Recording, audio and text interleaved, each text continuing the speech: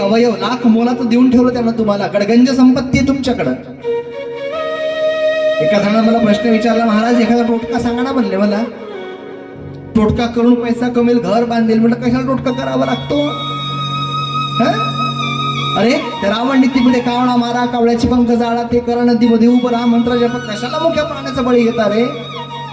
तुला घर बांधायचं आहे ना, एक किडनी विक ना म्हणलं मी रे. एका किडनीमध्ये लाखो रुपये येतील तुला, घे प्लॉट बांध घर. असं कसं म्हणले? अरे डोळा विक ना मग. नाही महाराज, पण त्यानं दिलेल्या वस्तूची किंमत कोणालाच नाहीये. अरे डॉक्टर लोक अंगामध्ये रक्त पुरवतात, सुईचा आधार घेऊन जागोजागी छिद्र पाडून ठेवतात. त्रास होतो त्या गोष्टीचा नंतर. पण विचार करणं, जेव्हा त्यानं देह घडवला तेव्हा त्याने एवढं मोठं रक्त तुमच्या शरीरामध्ये दिलं, आहे कुठला आधार? पण इंजेक्शनचा आधार आहे, सुईचा आधार आहे? नाही ना महाराज. कसं दिलं असेल त्यानं? कशी रक्षा केली असेल गर्भामध्ये? ऊन वारा पाऊस सांगा ना, कसं ठेवलं असेल त्यानं? आणि गर्भात त्याला नवस केला होता, देवा मोकळं करणार आहे, काय करशील? रात्रंदिवस तुझं नाव घेईल. नवस केलं तर गर्भामध्ये. पण जेव्हा जन्म झाला तेव्हा घेतलं कोणी देवाचं नाव? नाही महाराज, कोणी घेत नाही. आज करू उद्या करू, आज करू उद्या करू, या सगळ्या गोष्टी करून करून आयुष्य वाया घालून दिलं महाराज. आणि नंतर ज्या वेळेला मग दात पडले ना, तेव्हा राम राम म्हणायला पाहतो म्हातारा. पण मला सांगा, दात पडल्यानंतर राम शब्द येईल का स्पष्ट?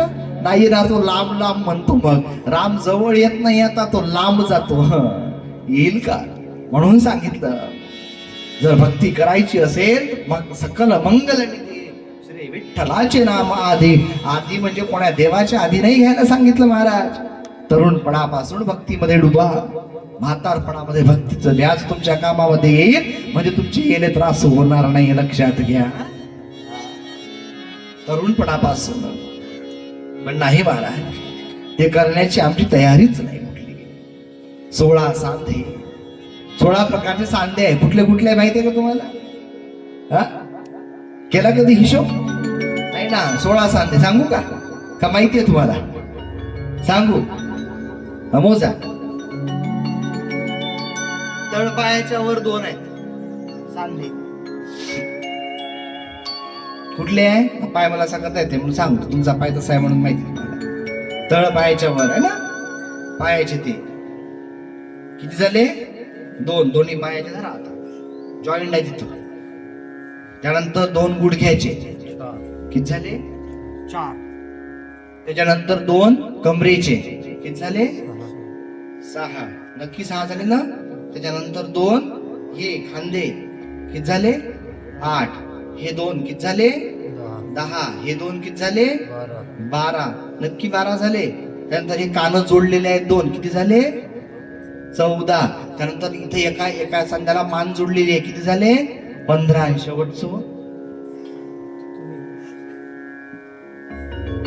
शेवटचं मग सांगितलं, मूळ सगळ्या शरीराचं एक मूळ आहे, ज्याला माकड हाड म्हणतात महाराजा. आणि ते का गेलं तर शरीर गेलं. किती झाले? 16 सांधे, 72 कुकड्या. म्हणजे काय आहे? 72 प्रकारच्या नाड्या सांगितलेल्या आहेत महाराज. त्या 72 नाड्यांनी शरीर आतमधून विणलंय, बाहेरून विणलेलं नाही. कसं विणलं असेल आतून त्यानं? कोणती सुई घेतली असेल? कोणता धागा घेतला असेल? साधा घेतला का, मच्छी धागा घेतला का, कॉटनचा घेतला का, पंचरंगी घेतला, कोणता घेतला सांगा ना. कशाचाही आधार घेतला नाही महाराष्ट्रानं. 72 घोड्या काया रचलेली. आणि आत्ता सांगतो 9 दरवाजे.